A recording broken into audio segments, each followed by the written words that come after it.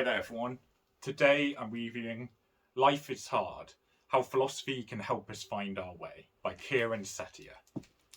So Kieran Setiya is a teacher of philosophy at MIT, and in this book he looks at how life is difficult and challenging and whether philosophy has any answers to these problems. What's the meaning of life? Why is there pain, loneliness, grief, or injustice? And he kind of finally turns to a potential answer. Is that answer hope? This book is only 180 pages long, which personally I'm not sure is adequate to cover these questions. Instead, the book serves as more of a philosophical introduction to these topics by drawing upon anecdotes as well as philosophical thought and ideas. In it, we encounter Socrates, Plato, Aristotle, the Stoics, Epicurus, Dostoevsky, Kierkegaard, and more in trying to find the answers. So the structure of the book comprises chapters around some of these problems that I mentioned: pain, loneliness, grief, and so on.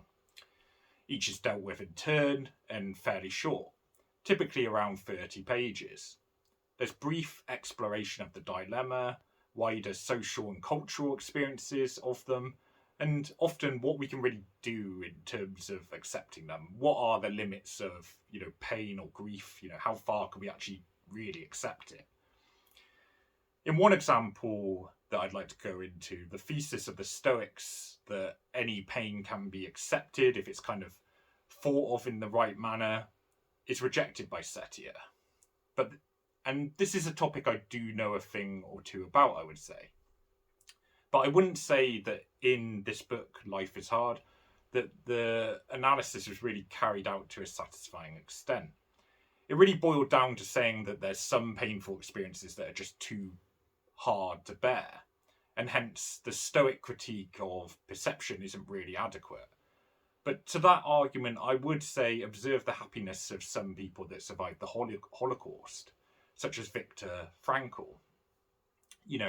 They went through probably the worst atrocity in the 21st century, but you often see interviews with these people and they're actually extraordinarily happy, which does baffle me, but it's all about perception to an extent, and it's also sort of gratitude that they survived such a, awful set of incidents.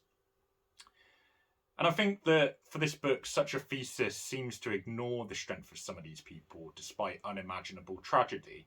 You can also look at religions, say Buddhist practitioners who teach that any pain can be accepted if someone has the training or has gone through the kind of different meditations to bear it.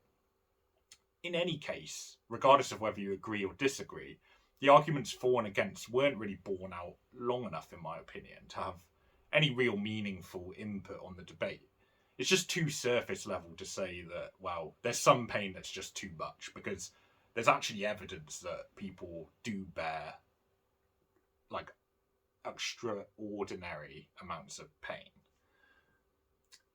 I think the analysis of Dostoevsky was better, and he mentions The Idiot, which I've actually just written the review for. Dostoevsky expounded in the book that everything really is about the journey and not necessarily the destination. The author wrote The Idiot as he went along, and he didn't necessarily have everything planned out. And it still turned out to be a great book. See my review for that. But as Setiya explores, it also signposted that Dostoevsky believed in kind of living in the moment, which is obviously, you hear that in self-help books and online all the time now about living in the moment. And this is why Dostoevsky is such an amazing writer, because he predicted so many different things. And I think a lot of kind of sources draw from him, often unknowingly. But Setiya's exploration of this was much better. It was much more interesting than his discussion on the Stoics, I thought. Generally, Setiya is really easy to read, even when discussing the difficult topics that he encounters in this book. I think some of the personal moments were really worth including, which is something I don't always say. The kind of counterpoint to that is sometimes he writes as if he's strangely distant and as if he's not really sure of his own feelings. And I do think that kind of gets in the way on a book like this, because you're dealing with difficult topics, and the kind of idea is that you're either providing like a unique take that is well sort of formed or thought about, and because everyone knows what suffering is, but to read a book like this, you want almost a different take to your own, or something fresh for you. But sometimes he almost felt a bit uncertain. And I do wonder if the book needed more time to clarify his kind of positions on certain things. It came across as quite odd when, he was a bit uncertain. And that may sound a bit dispassionate with difficult themes, but really I wouldn't write a book on something like this if I wasn't at least quite sure on where I stand on it. However, the complete opposite was true when he speaks of his chronic pain that he suffers from. It elicits sympathy, it was well thought out, and it's quite enlightening for someone who doesn't live with such a challenge, such an awful thing as chronic pain. These were the most touching and personal moments, exploring his coming to terms with it, and also, being advised to imagine living that way, but being told to basically imagine that it will end eventually, which, realistically he probably knows that it's not going to happen, sadly. And I can't imagine how tough it is to have no respite from pain. And this section is a real, touching and illuminating section of the book, and probably the best part of the book, I would say. So in terms of final score, this is a short book exploring quite challenging topics. It is quite good as an introduction for people interested in kind of moral philosophy and the kind of challenges of suffering, who want to gently enter into these topics before reading more daunting philosophical work. The problem is it sometimes feels strangely distant, like the author isn't 100% sure of what he thinks. This is the kind of impression I got. And because it's short, it can also come across as shallow, like the analysis of the Stoics sort of felt very surface level to me.